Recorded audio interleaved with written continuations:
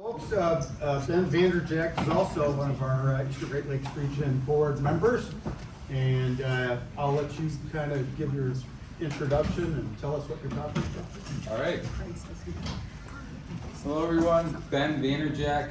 I'm with PixElement. So PixElement is a commercial photogrammetry software company founded in the Eastern Great Lakes region, so down in Columbus, Ohio, back in 2015. I've got one person from PixElement, Emily over here. She's videotaping. So we're doing our part to bring new folks to the region. I'm up in Michigan now, so Grand Rapids, Michigan. So we're geographically well distributed.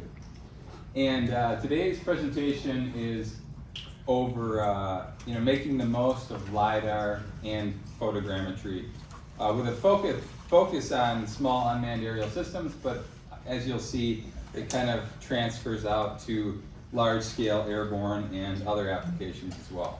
All right? Ben Vander, graduated from, let's see. So in terms of Eastern Great Lakes region, Ferris State University, Purdue, and then Ohio State. So just oil her up. I can't get out of this Bermuda Triangle of the Midwest. All right, so just a quick, and I'm sure everyone probably doesn't need this refresher, but I'll go over it rather quickly. So the focus today is how we, as a software company and working with customers, have aligned photogrammetry with LiDAR data in a unified, comprehensive, and really automated manner. Okay, so it's good to start with the differences between the technologies, how they're unique, and then how they can be merged together to kind of complement each other. Okay, so with LiDAR, you have an active sensor, so it's not passive, it's not recording natural or emitted light. It's sending out its own, it's illuminating the scene with its own light pulses. One interesting thing about LiDAR is that it's capturing intensity, not necessarily RGB color. All right, the sensor itself. It employs direct georeferencing, so that is something I'll talk about a little bit in this presentation. Is it direct versus indirect georeferencing? So with direct georeferencing, you're not necessarily, you have no way of really there is post-processing, there's always post-processing, but you're relying on the navigation data stream of the drone while it's in the air, right? There's no way you kind of have to take the navigation data stream for what it is. And that's how you take the LiDAR pulses, the pitch, roll, yaw, and position of the aircraft, and that's how you georeference where that LiDAR actually goes. With LiDAR data, you get very accurate, you get very good elevation data, very crisp elevation data. One huge benefit that we see from a commercial aspect is that the people flying LiDAR, it penetrates vegetation much better than photogrammetry, right? So you fly over a forested area, and you're still getting ground pulses and getting that bare earth DEM that a lot of people are after, right? You want to build a topographic map of a site, and there's heavy vegetation on there. This can save you a lot of time, right? Instead of going out there in the field and collecting it all conventional. Now, if we contrast or compare LiDAR with photogrammetry, so with photogrammetry, both of these technologies are after 3D information, so you're generating 3D. With photogrammetry, it's a passive sensor, so it needs an illumination source, and it's recording that. It captures color, most commonly 8-bit color, if you're just working with kind of low-cost unmanned aerial systems. And typically, we're doing indirect georeferencing, so we're using ground control points in conjunction with the navigation data on the drone and what we call bundle adjustment to position the camera very accurately. Okay, And the nice thing about photogrammetry, you know, you have a lot of flexibility in data collection platforms, very cost efficient, right? I mean, it does not cost a lot of money, for better or worse, to get a drone with a camera and start flying, okay? And then you're also getting very detailed textures and colors. All right, so when you think about raw deliverables, so with LiDAR on its own, you're getting a 3D point cloud, and from that point cloud, you can derive a digital elevation model. You might have to filter it, right? You might have to remove buildings, vegetation, etc. But those are the two those are the two 3D deliverables you get from LiDAR. With photogrammetry, you get a colored 3D point cloud. So that LiDAR point cloud just has intensity data, no color information. 3D textured mesh, DEM, ortho mosaic, and then you can do also stereo extraction with photogrammetry, okay? So in terms of industry adoption, from a commercial standpoint, we see a lot of LiDAR adoption right now with drones, okay? So a lot of people are buying these platforms. I don't necessarily know that they're making a ton of money with them yet, trying to figure it out. But they're certainly buying them. So surveying, mapping, energy, lots of hype around the technology, so a lot of people making the jump. And what I would say is that we kind of know the benefits of LiDAR, but where I see there being a big gap currently in the market is that when someone buys this LiDAR platform, they think that all of the downstream data processing is taken care of for them. They just think they're gonna buy it, they're gonna fly it, and it's gonna create the data just magically. It's gonna all align up with their ground control data, it's gonna line up with the photo data, and that's just not what we're seeing in the market. So that's kind of the origin of this presentation, all right? It's a lot of customers or companies were saying, hey, we really like you guys for photogrammetry. What can you do to help us with this LiDAR workflow problem that we're having, all right?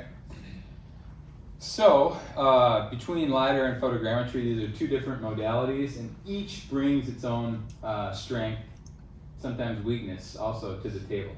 But combining them produces the most value add, all right? So like I mentioned before, if you're just flying with photogrammetry, you don't have LiDAR, it's going to be very difficult to get any ground data in vegetated areas. And even if you do, it's going to be very noisy.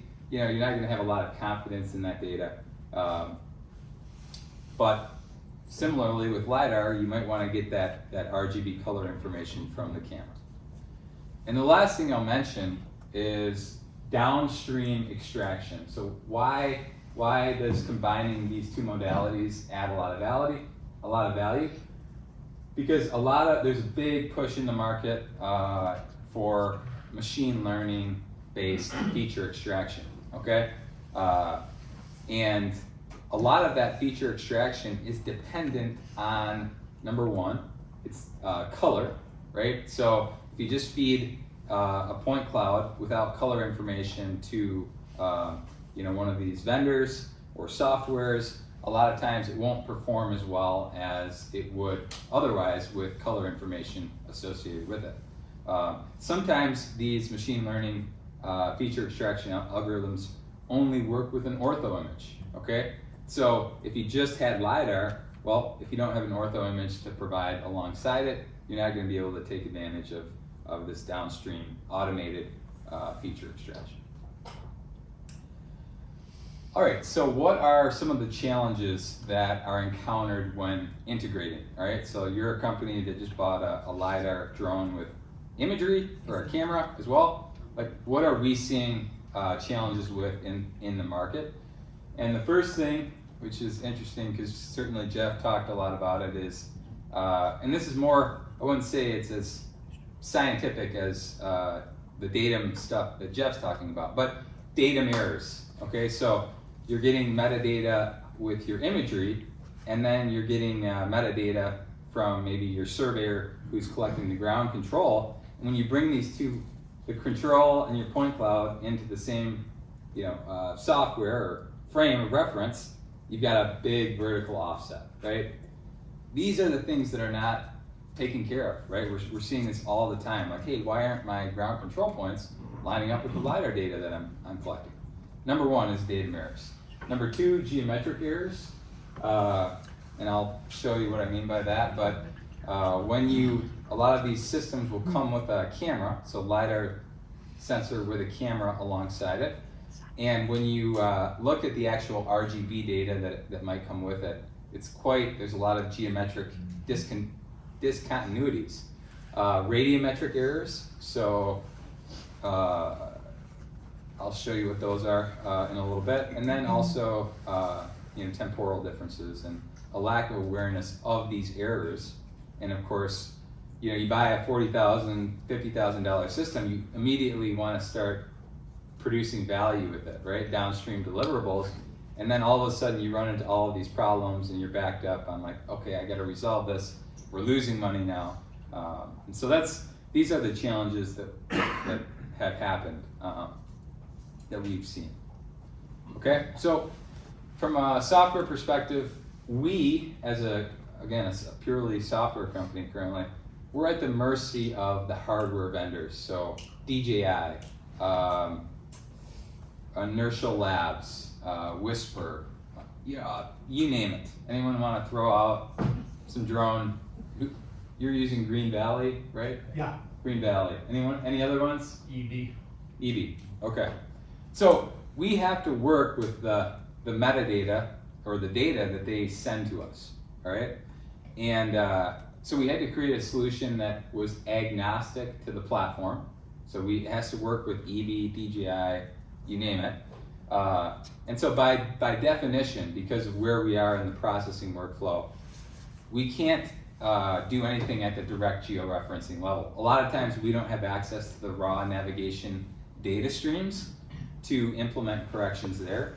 So we had to utilize a different method, so indirect georeferencing to correct for these errors that we're seeing. And we correct for a lot of these systematic errors by using the strength of bundle block adjustment or photogrammetric blocks and bundle adjustment, okay? So one note of reference for a lot of the examples I'm going to show you, our assumption is that when you fly your LiDAR system, you're also collecting imagery with it, and those images have sufficient overlap for photogrammetric reconstruction, which is commonly the case. All right, so first off, data mirrors. So again, I mentioned the expectation is that, I buy the system and everything is gonna magically work and it's gonna be spot on. And that's just not how it works in reality. So a lot of these hardware vendors or even software, they don't really get mapping. They're good at building, they don't know datums or orthometric height versus ellipsoidal height or anything like that. They just say, hey, it's a height, use it. Another example that we've encountered in the real world is someone buys a RTK system, a drone with RTK base, and instead of setting up their base on a known point, they just set it up on, they just go out and set it up, right? They're like, well, it's giving me RTK data. Well, yes, it is, but you're not tied into a known point, right? So now, from a relative perspective, your data is very accurate, but when you go and line it up with your ground control, you're off. And you might laugh, but these are, again, this is coming from just real world, customer experience. All right, so this is a very common example. So a lot of times you'll see you got height, and like I said, I use that height term very loosely because there's different definitions of what height, of what the height actually is. So the height, you'll often find in image metadata. It might be ellipsoid height. It might be ellipsoid height with a barometric correction. And there's literally no information on what that height is. It just gives you a height. And then you've got ground control, which is typically your highest quality data on a project like this because it's collected with survey grade equipment and they're typically referenced, it's an orthometric height that's being utilized. Whereas with LiDAR, a lot of times from the vendor, their data gets exported by default in ellipsoidal height. And a lot of times, like I said, the user doesn't know the difference. So the first thing we have to do is in the software, or in this correction process, is to bring all of these disparate vertical datums into alignment. Okay, and like I mentioned, if there's control, we use that as the ultimate reference to bring the imagery and the LiDAR into alignment. Okay, so this is done and this is kind of the workflow we've created, but essentially you have your LiDAR on the left-hand side, right? And you got your imagery on the right-hand side. And it's relatively simple to understand, right? You're measuring a 3D point in the LiDAR cloud, and you're measuring 2D points in the images, but you're associating that with a known, for example, a known ground control point location.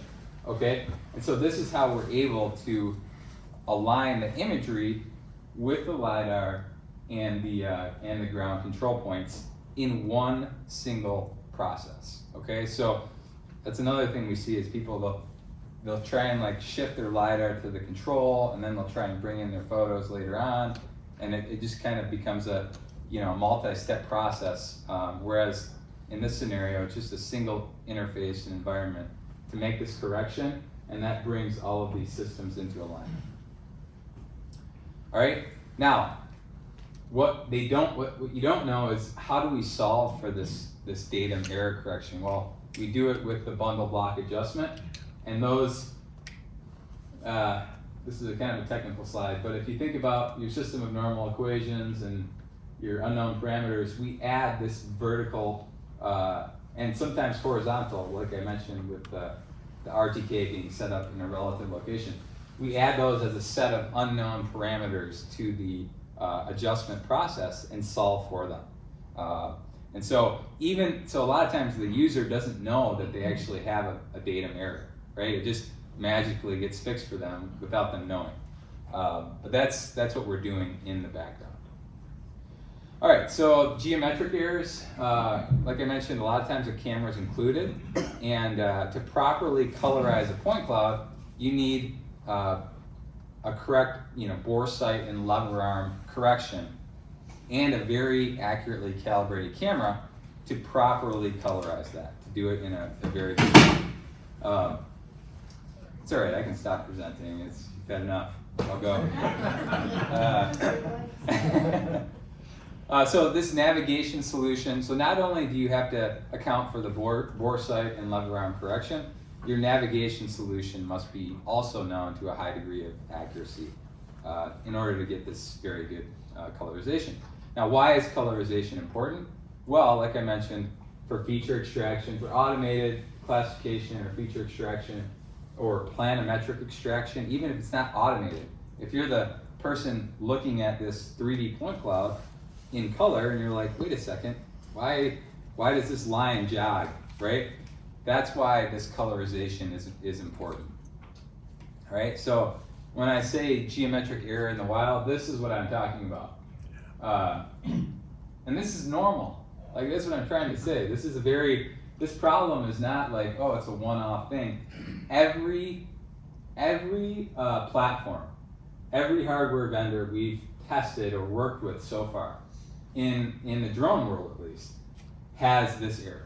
Okay, some are, some is small, some have it better figured out than others, but there's still, even in the smallest scenario, you'll see like 1 to 2 feet shifts in the colorization.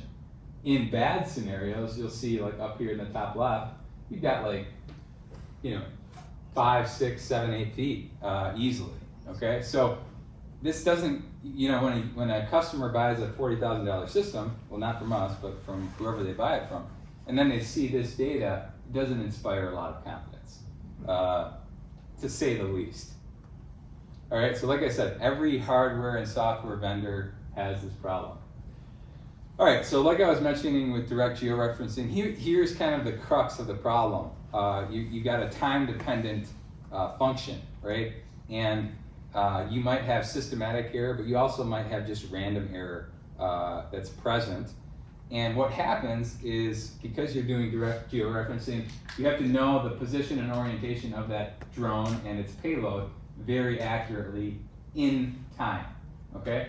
So if there's any minute error in the pose of that system, then when you colorize that point cloud, you can, and if there's errors in that angular rotation, then you start getting things where they are not, like from a RGB perspective, okay? Now with indirect georeferencing, which is the approach we take to correct for this, we leverage the strength of photogrammetry and blocks of images to eliminate that. So it's not a time-dependent function. It's a post-process indirect approach to this georeferencing problem, and we can use, instead of using one image to generate color for that 3D point, we can use actually all the images that are viewing it. All right, so you might think, okay, if you're flying over a forest, it doesn't matter. That's correct, but when you start going into cities where there's a lot of vertical relief, these coloration errors can become quite an issue. Okay, and like I mentioned, natively these drone systems collect intensity, and then they also have a camera on board to colorize. All right. Whoops. So like I mentioned, so for that geometric error correction, it's all in a single step where you measure your tie points and ground control points in both the images and the LiDAR, and then integrate those with bundle block adjustment. Now the biggest challenge sometimes is finding, if you don't have ground control points, is finding matching points, right? You have to find identifiable features that are both in the LiDAR and in the photos. So in this example, this one was kind of challenging. It was a golf course down in Kentucky, and there just wasn't a lot of, it didn't have any ground control points, and the terrain, was mostly grass, so there wasn't really any identifiable features except for a few rock outcroppings and other things like that. All right. So, like I explained, that's how we correct for these errors with adjustment. So here's a video Emily put together last night. So this is what that unprocessed versus corrected colorization looks like. So going from, couple meters of error to, centimeter level accuracy. And then the other thing you can kind of see maybe is which I'll talk about next, is the radiometric correction as well. Like you could see, let's just start it over one more time. See how let me just pause it. You see the different colors here? And these are individual camera frames that are used to color 3D points. And they use one single frame that's the most kind of nadir looking camera at that time to color images below it, or color points below it. But you can see that as it goes on, you got another frame and another frame, and they're not really, the reality is people don't want to, they look at this data and they're like, hey, that doesn't look good. And so with this indirect approach, we can correct for that. All right, so let me go to the next slide. I don't know how to get out of this video now. Okay. So just a couple examples of before and after. Like I mentioned, sometimes the correction is dramatic, the results. Sometimes it's less dramatic, but still equally impactful. And like I mentioned, we worked with users who are like, they didn't even realize they had this problem. So they've been creating data and deliverables based off of this, colorized point cloud, and they never noticed all of these geometric misalignments. Hard to believe, but happens. So before or after. All right, so the next thing is radiometric errors, and is the point cloud aesthetically pleasing? Like I said, not really a mapping necessarily something we think about all the time, but the end user often does, right? So is that camera that's viewing that 3D point actually occluded? Is that 3D point occluded by a building or a tree or something like that? And again, this makes a difference when you're building a mesh or an orthomosaic from this data. So a lot of downstream factors can be influenced by these errors. Okay, so again, here's a few examples of this radiometric error in the wild. So these are real user. This is real data that came to us, and again, we're utilizing the strength of bundle block adjustment and the fact that because we know the exact position and orientation of every camera on that on that flight line, we can use all of the cameras to overcome the differences in illumination and lighting. We know that, hey, cameras 5, 6, 7, and 8 are viewing this 3D point, so let's use the combined color information to correct for that. And we do that by normalizing the color we first have to assign the correct views, and we do that via Z buffering. All right, so just a couple, again, from those same examples. This is the before, this is the after, before, after, etc., etc. All right, so that's kind of the things that happen out there in the real world, but let me talk more now about, and it looks like I'm running out of time, but value-added products that you can get by integrating these two things together, all right? So the first one is, if you fly LiDAR with photogrammetry, if you were just doing LiDAR, you'd only have a point cloud. But if you have photos as well to go alongside that LiDAR data, well, now you can create a 3D textured mesh. Okay, so again, this is a completely different product, and in a lot of cases, people prefer to work to do geospatial data extraction, in many cases, on the mesh instead of the point cloud, if they can do it. Just because instead of clicking on discrete points, they're working with a continuous surface. Okay, so that's one value-added product you get by integrating photos with LiDAR. The second value add you get is orthomosaics. Okay, and this is a very, very big one. So if you just had a LiDAR sensor but you don't have a camera, well, now you've got a point cloud, but you can't easily extract. You can't work on the 2D ortho image and extract planimetric data. I mean, you can extract it, but you just have to work in the 3D point cloud. But if you fly with photos, you can, again, take advantage. You can get the point cloud still, but also generate this orthomosaic. And like I mentioned before, a lot of feature extraction algorithms, they need both a point cloud and an orthomosaic to optimally work. All right, so benefits of LiDAR and imagery, reality. And a lot of people call this combined, these combined modalities, reality capture, whatever you want to call it. But we see and measure the world around us in color. I mean, that's just how we do things. And so by integrating these two things together, we get the best of both worlds. We get coverage in areas that might be otherwise error-prone with photogrammetry. So with LiDAR, we can punch through the vegetation and get down to the ground.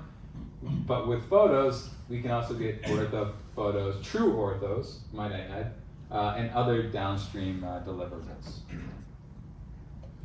All right, and benefits of indirect georeferencing. Again, it allows us to easily integrate LiDAR and photos together with ground control points.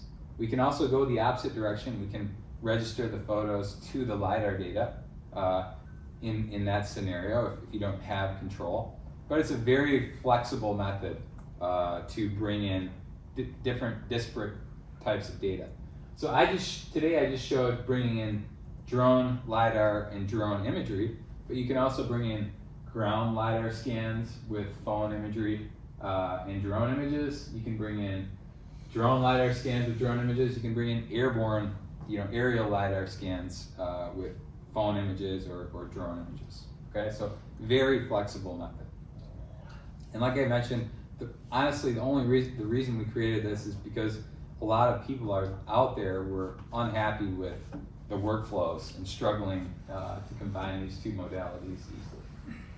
All right, it's not limited to UAS. So here's an example of a LiDAR collect down in Miami. And this Florida DOT flew this, and they had LiDAR and they had images, but they had never generated a combined, like a 3D mesh or a colorized point cloud from the images. And so we were able to create this 3D mesh from those raw deliverables in this example. So future areas to explore, we thought maybe we can apply the same method to spaceborne LiDAR scans and spaceborne imagery, because there's new satellites going up with LiDAR capabilities. And we're also looking at if we can exploit the area block to correct for LiDAR misalignment and strip adjustment, okay? One last thing I was gonna mention, do I have it in here? Oh, okay, no I didn't. One other thing that we're seeing with that, again, the flexibility of this method is that, let's say you just only have a drone LiDAR system, but you also have a drone camera system, but they're two separate things, right? You've got a camera and then you got a LiDAR drone. Well, you can, in this methodology, you can fly with the LiDAR drone, then go back with a separate sensor, fly over that same area again, and you get all of this for free, right? I mean, you don't need to actually have the camera on the drone with the LiDAR. You could fly it, Free? Well, not, Greg, the first, he's always asking for free. I noticed that. No. Sorry. So yeah, that's just a, if you want to try it out, you're welcome to, either on desktop or cloud, but that's the presentation, so. Ben, I have tried your software and I really like it, but I haven't tried tying imagery and LiDAR. Is that available to the user, or Yeah. is that something you have to help us No, with? that's fully available fully to the available user. now. Yep. Yeah, I think at the time I was touching it, you weren't quite integrated, so. Yeah. Yep. So we, not only that, but like I mentioned, just a quick little background. So we offer both a desktop, so standalone, and an online product. The user interface is the same, but yeah, if you wanted to demo one of those, either online or desktop, you're welcome to do that. And you can actually just go onto our website, download the installer, and be off and running. Give me your first slide again, Ben. Boy, Any other questions, or we'll deal with it later? All right, I wonder if I just go forward. Ben, you brought us a little bit closer to on schedule, thank you. If we have anybody wants some free software, Ben's got it. Jeremiah was talking about how Jason's stomach's growling for lunch, so I thought I'd try and accelerate Give us a little the closer. timeline. Yeah, well, Ben, appreciate it, thank you. What? Oh, I was just gonna say, yeah, if you have any questions, there is same thing that if you want to take a picture, I think that'll just bring up our website and a few other things. Only one question. Have you ever attempted calibrating the camera that you use? I think part of the problem is there are so many cameras have been thrown into the mix in the UAS market. But I believe a lot of software are right now available to calibrate the camera even before you start collecting the data. So some of the softwares are, they are calibrating the camera, okay? And that improves things, you're definitely right. But you got multiple sources of error. So you got the camera calibration, so let's just assume that is correct. But then you've got the georeferencing and lever arm and bore sight sources of error as well. So like I said, yeah, if you systematically do the camera calibration, systematically have your lever arm and bore sight errors accounted for, then you can get much better data. Problem is, we're not seeing that in the real world. Maybe for the most advanced users. We're not that sophisticated. Yeah. So, and even then, it doesn't guarantee that. I'm not saying that the data is bad. I'm just saying it doesn't guarantee that you won't still see. It'll be much smaller, but you might still see those misalignments. Yep. Have you done it with thermal imagery and the LiDAR together? No, we'd like to. We'd like to. we don't have a data set now that has both LiDAR and thermal currently. We've got, We do. oh, see, this is why we're here. Yeah, that's the beauty of these regional meetings, right? You So you get can tell to, people which apartment to get their window fixed. Right, yeah. I don't know. that is one application, yeah. So that is the cool thing I love about this industry, and you never know what different applications people will be utilizing photogrammetry and LiDAR for, right? I mean, we see mining, construction, surveying, but then there might be someone who's counting trees or counting birds, or it's just fun, you know, it's a fun thing to be a part of. Is, you know, someone might contact you saying, hey, here's this thing I'm trying to do. And then, you know, it's our job as a software company to hopefully be able to provide the tools that allow them to do that. So glad to be a part of ASPRS and this industry. Hey, Ben. Thank you, Ben. Yep. I'll catch up with you. Okay.